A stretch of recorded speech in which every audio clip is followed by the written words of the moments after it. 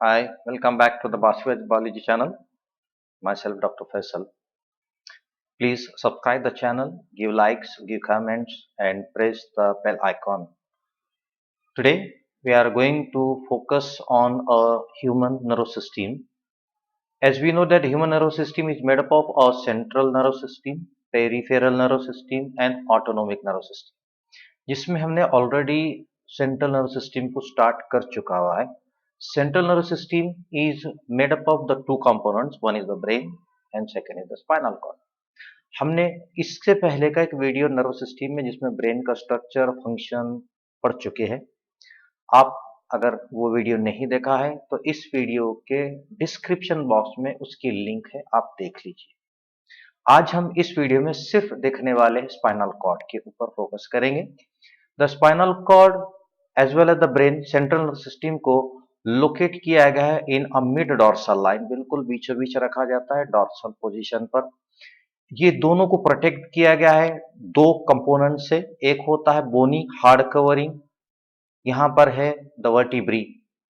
दूसरा है यहाँ पर वही मेनिंजेस जो तीन लेयर से बना है. मेनिंजेस होते हैं, first is the dura mater, second is the arachnoid matter and third is a पाया मैटर. अब इस मेनिंजेस के बारे में डिटेल्ड एक्सप्लेनेशन हमारे प्रीवियस वीडियो में आप देख लीजिए. आज हम सिर्फ स्पाइनल कॉर्ड के ऊपर डिस्कस करने वाले हैं. Morphological as well as the histological structure हम देखने वाले हैं. तो morphologically the spinal cord it is a cylindrical rod like structure जो मिड डॉर्सल में रखा हुआ है.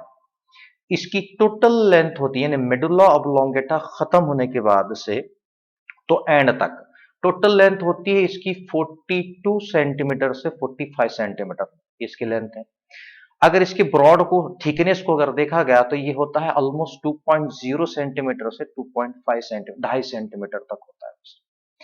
इसका जो आखिरी एंड पॉइंट, यानी देखो ये यहां से लेकर यहां तक कि पूरा न्यूरॉन से बना हुआ, इसे हम कहते हैं nervous tissue, group of neurons. तो end of this is a tapering at the, आखिरी जो एंड होता है वो नैरो हो गया, टैपरिंग हो. उस नैरो एंड को जो नर्वस टिश्यू से बना हुआ है that is called the conus medullaris. लेकिन इसका एग्जैक्ट लोकेशन कहां होता है, ये एंड कहां हो रहा है, ये होता है लुम्बार. देखो ये रिब्स, यानी जहां रिब्स फिनिश होते हैं उसके बाद से स्टार्ट होता है लुम्बार 1 लुम्बार 2. तो लुम्बार 2 तक ये एंड होता है, यहाँ पर कोनस मेडुलारिस प्रेजेंट रहेगा. देन कोनस मेडुलारिस के बाद भी हम देख रहे हैं कि कुछ स्ट्रक्चर्स है हेरी लाइक स्ट्रक्चर जो एंड कर रहे हैं. एक्चुअली ये होता है पाया मैटर का एक्सटेंशन, और इसका जो आखिरी पोस्टीरियर एंड होता है, last end, this is called the filum terminal. Then spinal cord में देखा गया कि टू जगह पर, यानी दो लोकेशन पर यहाँ पर स्वेलिंग्स, यानी थोड़ा सा फुला हुआ दिखा है, थोड़ा सा थिकनेस में ज्यादा होता है. One is called the cervical region, exactly ये होता है नेक रीजन में. और दूसरा होता है लुम्बार रीजन में, जो कि रिब्स फिनिश होने के बाद से 1 2 3 4 5 लुम्बार्स होते हैं, यहाँ पर थिकनेस यहाँ नजर. टोटल स्पाइनल कॉर्ड से नर्व्स यानी कनेक्शंस बाहर निकलते हैं, उन कनेक्शंस को जोड़ी में निकलते हैं. एक नर्व इधर से निकले, दूसरी इधर से निकले, तो एक पेयरिंग होती है. So this is the one pair, second pair, third pair, so on. तो ऐसे टोटल स्टार्टिंग से एंड तक यहाँ पर 31 pairs of spinal nerves come out या वहां से कनेक्ट होते हैं.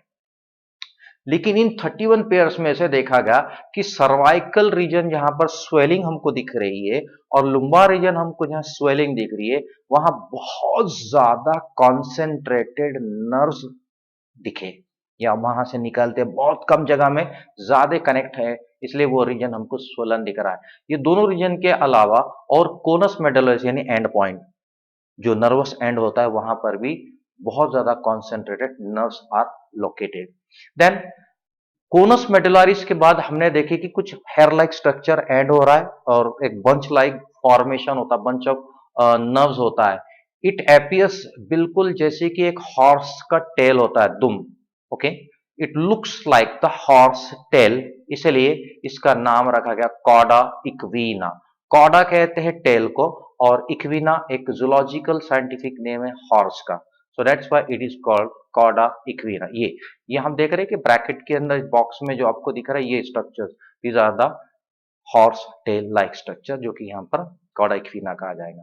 Then histologically the spinal cord it shows the dorsal and ventral flattened, यानी डॉर्सल पीठ का और सामने की तरफ से वेंट्रल, ये दोनों तरफ से इसको दबाया गया, फ्लैटन कराया गया।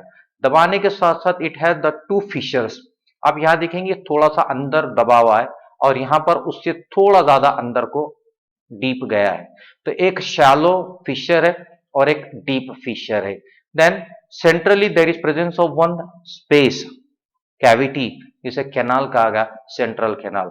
ये सेंट्रल कैनाल कंटिन्यू करता है with a ventricles of brain, ventricles of brain, cavities of brain, ये दोनों में यानी ब्रेन सेरिब्रम से लेकर स्पाइनल कॉर्ड तक इस कैविटी में यहाँ पर एक फ्लूइड रखा गया, उस फ्लूइड का नाम है सेरिब्रो स्पाइनल फ्लूइड। ये इसके फंक्शंस कैसे है और उसको सिक्रीट कौन करता है, ये प्रीवियस वीडियो जिसमें हमने लिंक रखी है उसमें आप देख लीजिए।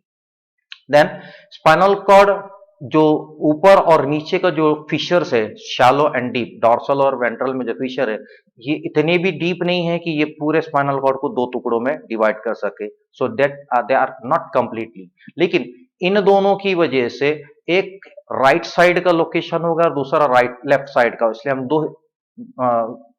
दो पार्ट्स को हम वहां पर आइडेंटिफाई करते हैं, one is called the right and second is called the left side.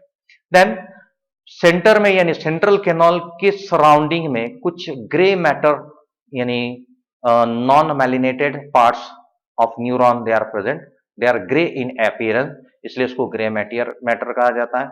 ये ग्रे मैटर का अपीयरेंस यहाँ पर जस्ट लाइक अ बटरफ्लाई जैसा दिख रहा है, आप देख सकते फिगर में, and it also like a capital H letter like भी दिख रहा है, ये होगा।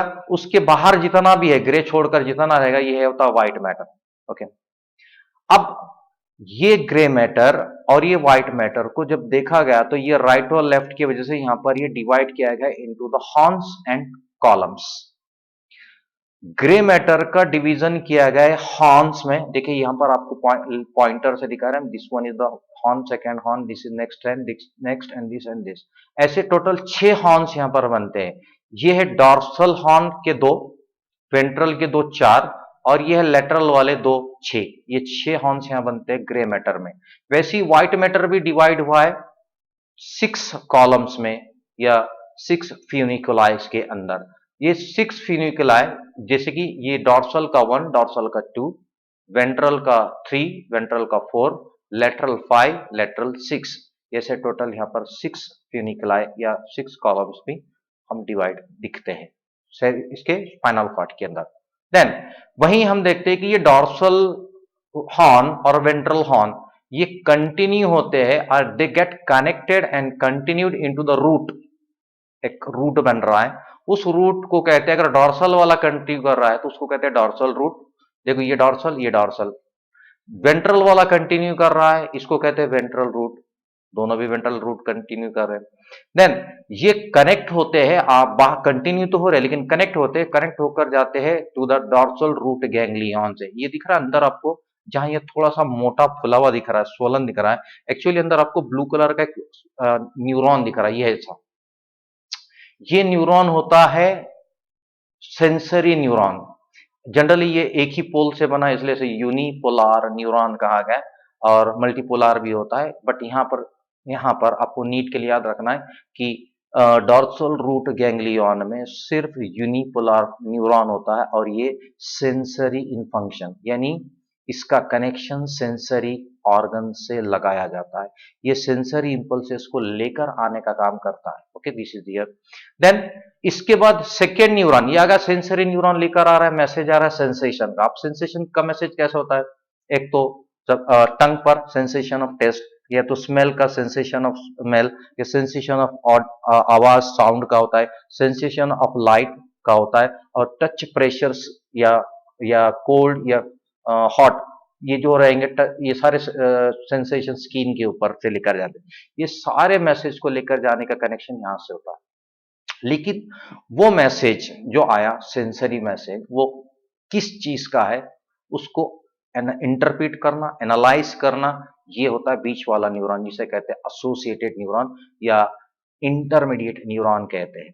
ये प्रेजेंट है ग्रे मैटर के अंदर, फुल्ली ग्रे मैटर के अंदर, जैसे कि this one, this is the first one, this is the second one.